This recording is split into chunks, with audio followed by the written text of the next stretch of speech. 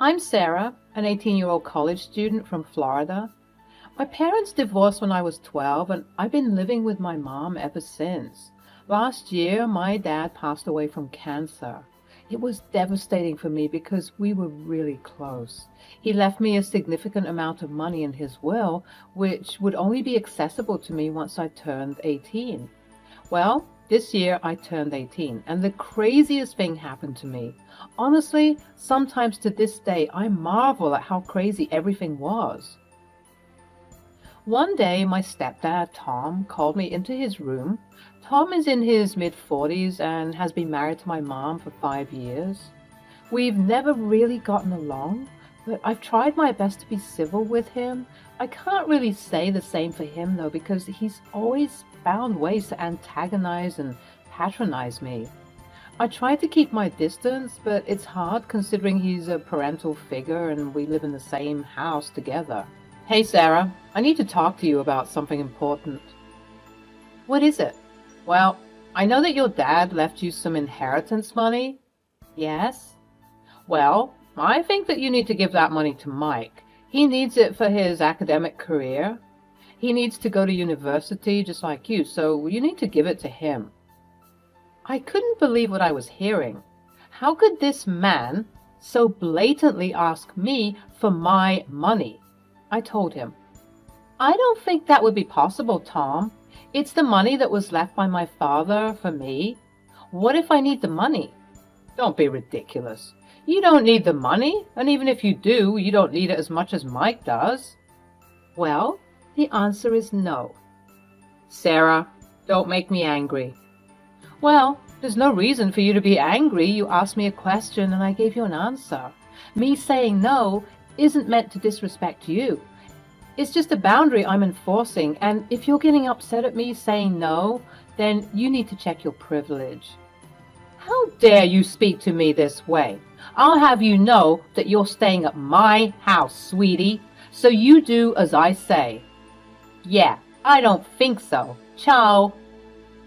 And before he could say anything else, I skedaddled out of his room. I didn't have time to hear his nonsense. Unfortunately, this behavior from Tom wasn't surprising in the slightest. Because of the way he acts, I knew that it was only a matter of time before he would ask me for the money. You might be wondering where my mom was during all of this. Well, that's another issue I've learned to be accustomed to. My mom wasn't just wearing rose-tinted glasses when it came to Tom. Sometimes I feel like she'd been bewitched by him because it was almost abnormal the way she would ride for him and stand by his side through anything. Don't get me wrong, she's my mom and she loves me. But I just didn't want to sully her image of him. She seemed to be so content with him, so I decided to put me and Tom, differences to the side, just so that my mom could be happy. It's crazy how even as one of the youngest members of the household, I was tasked with being the most mature one. My mom, Janine, was out of town for a while, hence her absence from this scene. Had she been here, she would have blown a casket. I mean, that's why Tom felt so proud and domineering. He was the only parent in the house and could therefore impose whatever rules he saw fit. Joke's on him, because I know all about his conniving plans. Tom ended up following me out of the room, berating me and telling me how I'm an awful sister because I don't want to help Mike, which is not true. I do want to help Mike. Stop being such a leech. When they said that the apple didn't fall far from the tree, I think they were referring to Mike and Tom, because these two hooligans are insane. They're like Pinky and the Brain. You can determine who is who by listening to what happens next. Don't walk away from me when I'm talking to you. You will listen to what I'm saying and do what's right. Why would I do that, Tom? Please give me one good reason. Well, what's going on, you two? I'm trying to sleep. Your bickering woke me up. Mike, tell Sarah about what we discussed earlier. Sure. What did we discuss again? Oh, for the love of the inheritance money. Ah, right. Well, Sarah, Dad and I were talking and we'd like to... Not like to. We demand this money, damn it. Oh, right, yes. We demand to have this money because Because of that very important thing we discussed? You mean the business? Business? What business? You said this money was for university tuition, Tom. Yeah, that's because that's what it's for, right, Mike? Yes, I completely forgot. I'm so sorry. Must have slipped my mind since I just woke up and everything. Yes, it's for university. I have an interest in attending university, obviously, and I want no demand the money for myself, please. Thank you. Oh, what a cute attempt. Unfortunately, it wasn't cute enough. The answer is no. Why not attend college first? Get your priorities in order and see what you might want to pursue. I guess I haven't thought about that. He can't do that, Sarah. Why not? Because he knows what he wants. Anyways, this wasn't even up for discussion. We're getting that money. We'll see about that. We spent the rest of the evening with some thick tension in the air. Even though Tom was notorious for his silly antics and attempts at testing my patience, this new attempt at irking me was out of the ordinary. Never had I encountered such an immature and selfish person. This situation was quite big, and I didn't want to tell my mom about it, at least not yet. I wanted to keep toying with them, especially after I found out this. Sarah, stop playing. You need to be a grown-up and do the right thing. Huh. And the right thing you're referring to is giving away my money? Are you all right, Tom? Just wait till I tell Mom about... Don't tell Janine anything. Why not? She's my mom. She deserves to know that this is how I'm being treated. You think that she cares? Listen, I'm just trying to do you a favor. If you bring this up to her, she'll just get upset at you for wasting her time as well as being so selfish. Well, Tom, that's a risk I'm willing to take. I'm warning you, don't tell your mother. His ferocious tone took me off guard.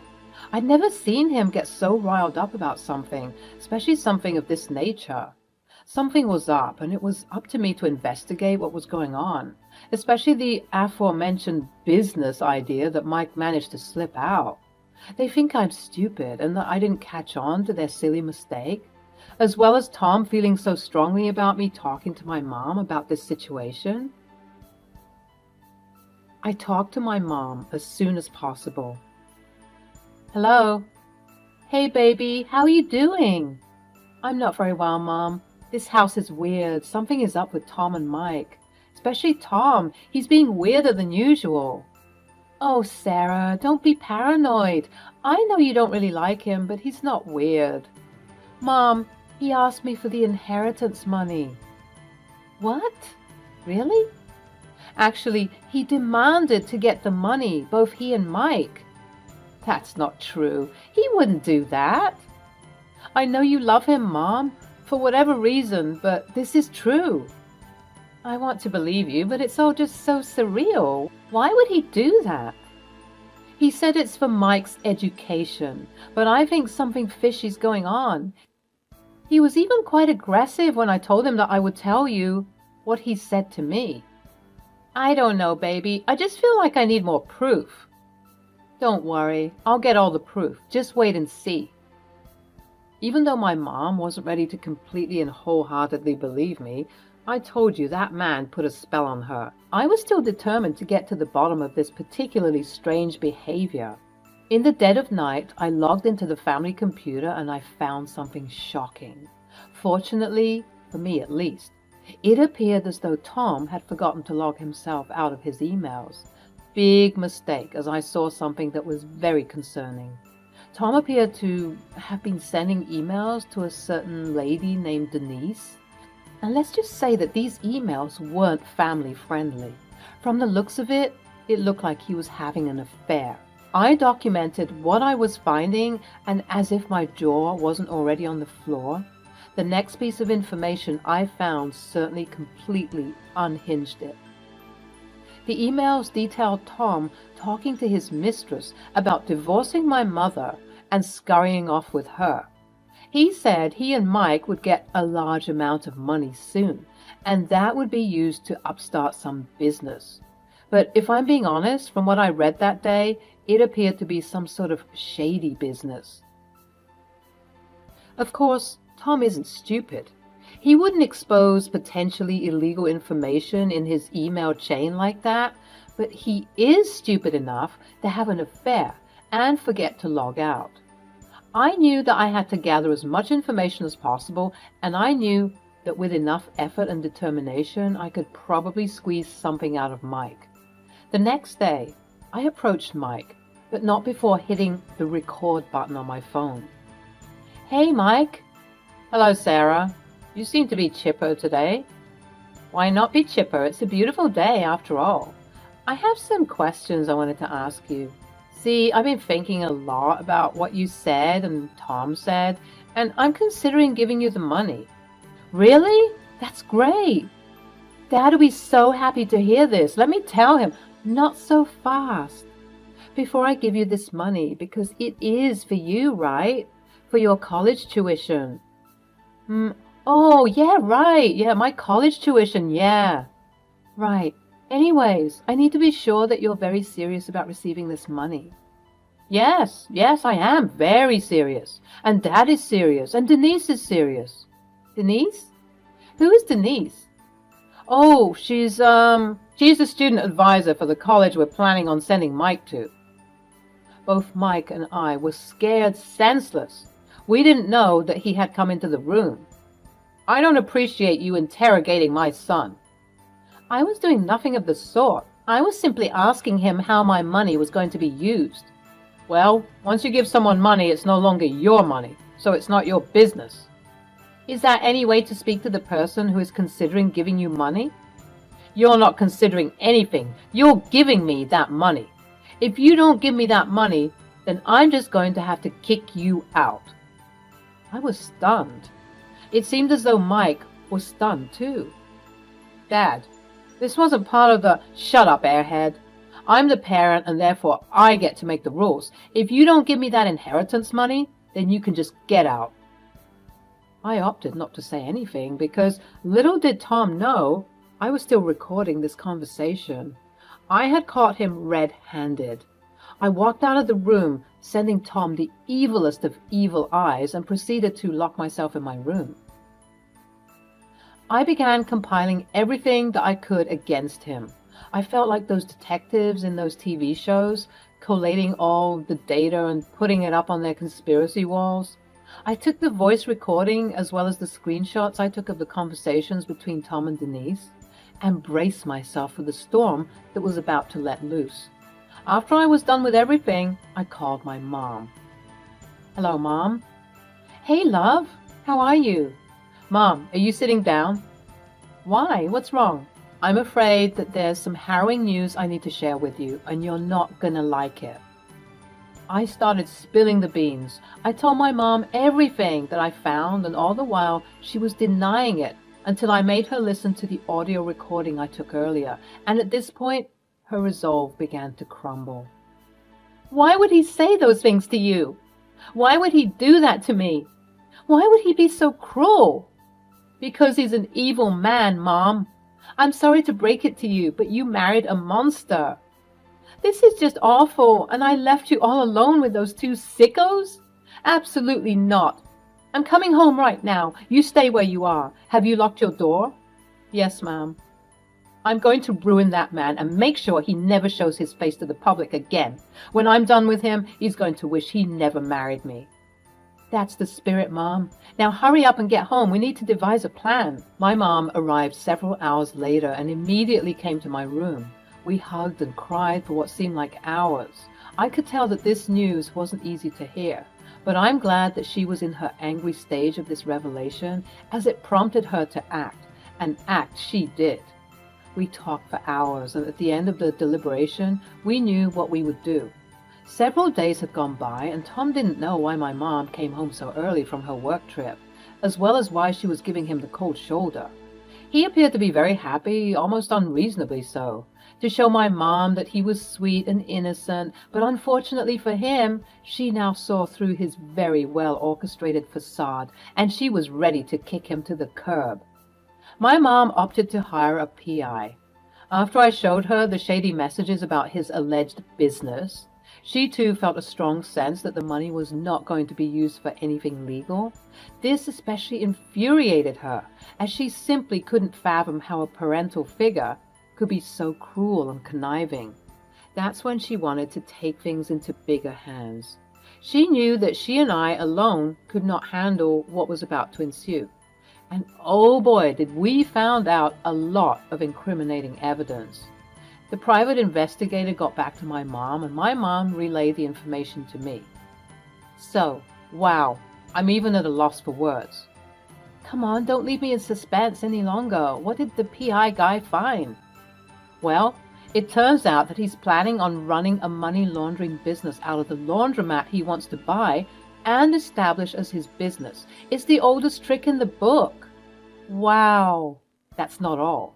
This Denise person he's been cheating on me with is also in trouble with the law for drug-related stuff. She's been arrested on several occasions for conspiracy to sell and distribute illicit substances. So it wouldn't be surprising if they weren't just doing money laundering in that business, but also drug-related stuff. That is crazy. I would have never expected that. I feel like a shield has been removed from my eyes. I can see now that the man that I married isn't a man at all, but a sick and twisted beast. When are we going to bust them, Mom? Right now. Follow my lead. Right now? Wait, let me get my camera. We proceeded to go to the living room where we found Mike and Tom rambling about their shady business. And then we'll have to use this as a caveat for our business. It's all going to be super well hidden. All you have to do is pretend like you don't know what's going on and just serve the customers accordingly. Okay, but what about... Oh, hey everyone, we're just finalizing the stuff for Mike's college application. Cut the crap, Tom. The jig is up. We know everything. What do you mean? Oh, that innocent act isn't going to work on her anymore. Smile for the camera. Get that out of my face, you spoiled brat. I mean, Sarah. We know everything, Tom. Do you know how many years in jail you'd spend just for the conspiracy to commit the crimes you intend to do? I don't know what you're talking about. Oh, well, perhaps we should call Denise and see what she has to say.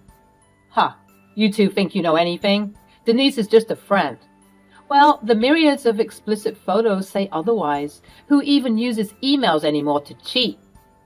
Honestly, that's so stupid. You two? You two? You two went through my things? How dare you? No, Tom, how dare you? How dare you threaten my daughter on multiple occasions to give you money that doesn't belong to you? How dare you threaten to kick her out of my house? Are you sick in the head? How dare you endanger your son by putting him in your foolish shenanigans? And how dare you conspire to use this money for illegal activities? Yeah. Now, you got nothing to say, huh? We know everything and we're going to take you down. Yeah. I said get that camera out of my face. Tom attempted to lunge at me, but I was too quick for him. He was being quite aggressive, which was quite scary. And now you want to attack my daughter? It's like you want to rot in prison. You're crazy. Do you think you know anything? You know nothing. Yeah, well, tell it to the police, who should be here any second now. Police? Yes, the police. You thought that I wouldn't call the cops on you, especially with how you're behaving? At that moment, we heard police sirens pulling up to our neighborhood. Never in my life had I seen Tom look this way. He was always smirking as if he was 2 steps ahead of everyone, but today, once he heard those sirens, it was like all the blood drained from his face. He looked terrified. He finally said, "Please, Janine, you don't have to do this. I can explain everything." "Save it for the judge, you cockroach. You disgust me. And Mike, don't think you're off the hook for this. You two are both getting arrested. That should teach you a lesson about mistreating my daughter and me. I know you're a kid, but you're old enough to know better, and for that, you need to be punished." "Yes, Mom." "Come on, Janine, don't you think that all of this is a bit excessive?" "On the contrary, it's not excessive enough. How are we with the live stream, Sarah?" "We've got over 3,000 people in the live stream. This is going to be big." "Oh, and if this wasn't clear enough, I want a divorce." You heard it right, folks. Over 3,000 people witnessed the whole debacle, and surely enough, the news was hitting local newspapers and tabloids. It was crazy to be amidst the notoriety of my sick ex-stepfather and his son, but it was also sweet to witness his demise. He lost his job, his friends, and even some family members don't wish to speak with him. He's being charged with all of these conspiracies, which, if the judge sees fit, he can spend upwards of 20 years behind bars just for this. The police also managed to find Denise, who had gone in hiding when all of this was blowing up, and she too was charged with the aforementioned charges. Life was sweet on this side, though, as my mom and I grew closer due to this situation. On the weekends, we'd often chill on the patio, drinks in hand, while we laugh at how stupid and evil Tom was. Good riddance! Good riddance indeed!